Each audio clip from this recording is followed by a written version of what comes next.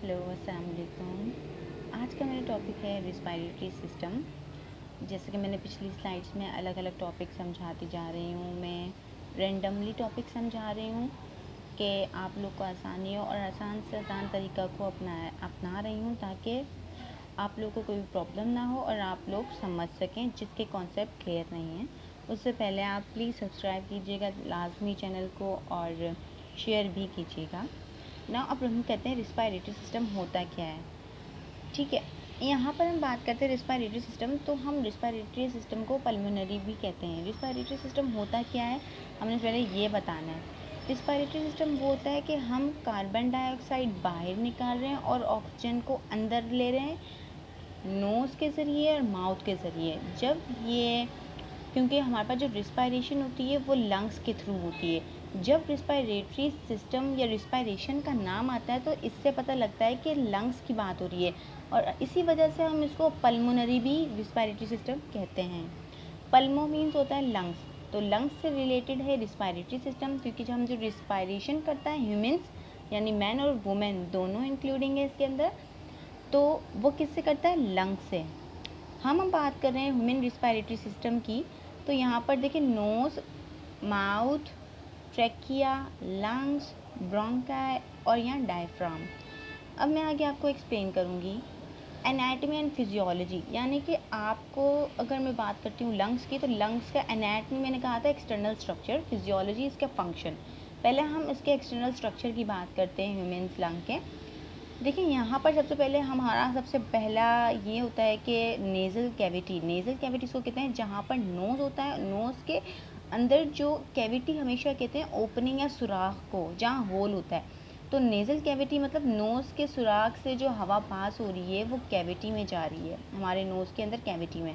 Then आपके गले से ऊपर फेरिंग्स होता है, देन लैरिंग्स, फिर ट्रैकिया जो ट्यूब लाइक होता है, फिर आगे जो ट्रैकिया दो में डिवाइड होता है और उसको ब्रोंकाई कहते हैं। और ये दो चीज़ें जो हमें नज़र आ रही लेफ्ट एंड राइट साइड उसे लंग्स कहते हैं। ये हमारा एनाटमी था। अब हम फिजियोलॉजी की बात करते हैं। एनाटमी तो समझ में आ गई, इस पार्ट पर कंसिस्ट करता है। अगर आपसे कोई पूछ भी लेता है तो आप इस जस्ट ये पढ़ना, नेज़ल कैविटी, फेरिंग्स, लैरिंग्स। लैरिंग्स से हमारा पूरा ये पार्ट शुरू होता है। लैरिंग्स, ट्रैकिया, ब्रोंकाई। ब्रोंकाई कितनी होती है? दो में डिवाइड होती है, जो ब्रांच लाइक होती है, यानी बिल्कुल ट्रीज़ की रूट्स वगैरह होती है इस तरीके से ब्रांचेस लाइक होती है। अब आगे हम फिजियोलॉजी इसकी पढ़ते हैं। यहाँ पर फिजियोलॉजी को पढ़ाने से पहले मैं आपको एक बात बताना चाहूँगी कि फिजियोलॉजी के अंदर सबसे पहला ये काम होता है कि हमारे यहाँ पर नोज़ से एयर पास होती है, ये नोज़ है, यहाँ पर जाती है नोज़ से, फिर हमारे पास ट्रैकिया में आती है, फिर ट्रैकिया के बाद जो हवा हमारे पास ब्रोंकाई में यानी कि लंग्स में जो फेफड़े हैं, इसे फेफड़ा बोलते हैं, इस फेफड़े में जाती है एयर। फिर इस फेफड़े में जाने के बाद क्या होता है, इस लंग के अंदर क्या है एक्चुअल में वो हम बताएंगे।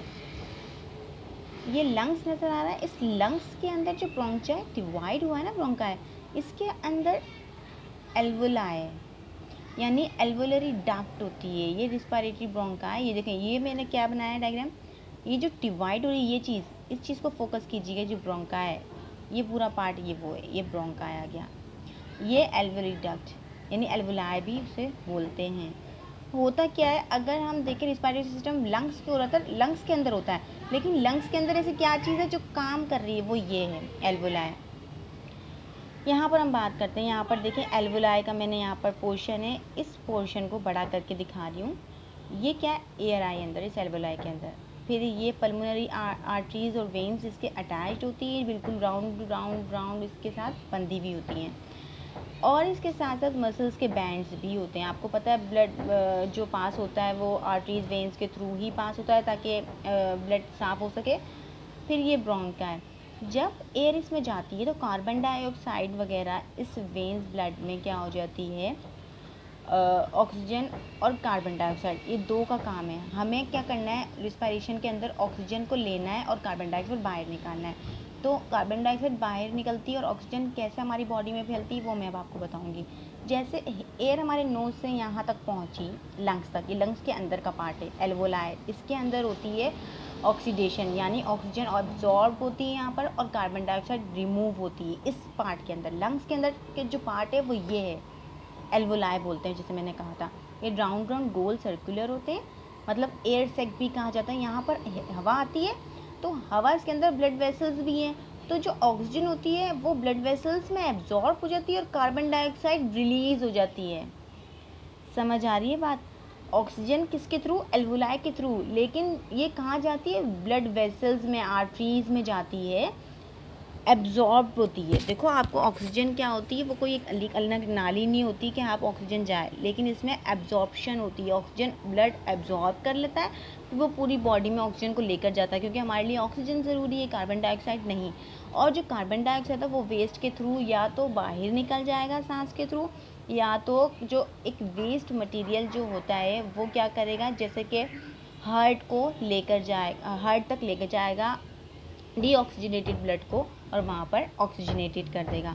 ये सीन रिस्पायरेटरी सिस्टम का बताया है कि हम कार्बन डाइऑक्साइड हवा से तो लेते हैं, लेकिन हवा से कार्बन डाइऑक्साइड लेते हैं, ऑक्सीजन भी होती है। हम कैसे रखते हैं? हम इस एल्वोलाई में स्टोर करते हैं, क्योंकि ये एयर सैक है, इसमें ऑक्सीजन स्टोर होने के बाद जो कार्बन डाइऑक्साइड है वो हम बाहर निकाल देते हैं। तो सिंपल रिस्पायरेटरी सिस्टम जो मैं समझाना चाह रही हूँ वो ये है इन डायग्राम्स के थ्रू कि ये एनाटॉमिकल स्ट्रक्चर है। फिजियोलॉजी में ये हवा गई, इसमें गई, कार्बन डाइऑक्साइड है लेकिन वो हमें नहीं चाहिए, ऑक्सीजन हमें चाहिए। हमारी बॉडी को कैसे पहुंच रही है? इसके अंदर जो एल्वोलाई हैं लंग्स के अंदर, इसके अंदर एल्वोलाई मतलब एयर सैक होती है, हवा का थोड़ा थैला होता है, उसमें जाके हवा भरती है, लेकिन कार्बन डाइऑक्साइड हमारे लिए नुकसानदायक, तो कार्बन डाइऑक्साइड रिलीज़ हो जाती है, लेकिन जो ऑक्सीजन है वो एब्जॉर्ब हो जाती है ब्लड वेसल्स में और वो बॉडी को पहुंचाती है, क्योंकि ब्लड एक ऐसा है मीडियम है जो कि ऑक्सीजन को सर्कुलेट करता है हमारी पूरी बॉडी में। क्योंकि हार्ट सिस्टम में हमारे अंदर क्या होती है? ऑक्सीजन की ज़रूरत होती है हार्ट सिस्टम को उसका फंक्शन यानी कि उसका काम करने के लिए। अगर हम बात करें तो ऑक्सीजन हम ज़्यादा अमाउंट में लेते हैं, हवा हम ज़्यादा अमाउंट में लेते हैं, लेकिन मतलब ऑक्सीजन हम हवा से बहुत ज़्यादा अमाउंट में लेते हैं, एक बात और। लेकिन जो हम निकालते हैं कार्बन डाइऑक्साइड वो बहुत ही क्या होता है, जो हम निकालते हैं वो बहुत ही कम अमाउंट में निकालते हैं। क्यों? क्योंकि अगर हम 30% ऑक्सीजन ले रहे हैं हम अपने माउथ या नेज़ल से, तो हम क्या करते हैं उसके अंदर 10% हमारी रिलीज़ बाज़ दफ़ा हो जाती है। जो रिलीज़ हो रही है हमारी बॉडी से या कार्बन डाइऑक्साइड मिक्स होकर रिलीज़ हो रही है, वो क्या होता है कि हमारी बॉडी उसको यूज़ कर चुकी होती है, ऑक्सीजन को, आधे से ज़्यादा ऑक्सीजन को वो यूज़ कर चुकी होती है, क्योंकि ऑक्सीजन के बगैर हमारी बॉडी काम नहीं कर सकती, सांस भी नहीं ले सकते हम ऑक्सीजन के बगैर। तो कार्बन डाइऑक्साइड और ऑक्सीजन रिलीज़ हो जाती है कुछ। तो ये हमारा था आज का topic respiratory system. I hope कि आप लोग को बिल्कुल समझ आया होगा। इन कोशिश भी की है मैंने इसको आसान से आसान बनाने की। तो यहाँ पर आप देख सकते हैं डायग्राम को मैं दोबारा जूम कर देती हूँ कि नोज़, ये हमारे पास ये ब्रेंक्यूल और ये जो एल्वोलाई, इसके ये एल्वोलाई इसके अंदर ये ब्रांच लाइक है, इसके अंदर वो गोल गोल है एक एल्वोलाई। ये चीज़ ये देखें, यहाँ से ये पार्ट निकाल के यहाँ दिखाया है, ये एल्वोलरी डक्ट है, इसके अंदर हवा जाती है, इसमें ब्लड वेसल्स पूरा पैक्ड हुआ हुआ होता है, तो ब्लड वेसल एब्जॉर्ब कर लेता है ब्लड ऑक्सीजन को, देन आगे पूरी बॉडी को सप्लाई करता है। थैंक्स अगेन, और आई होप कि आपको पसंद आएगा। प्लीज़ अपना ख्याल रखिएगा और दुआओं में याद रखिएगा, और चैनल को प्लीज़ आगे से आगे शेयर कीजिएगा। Thank you so much.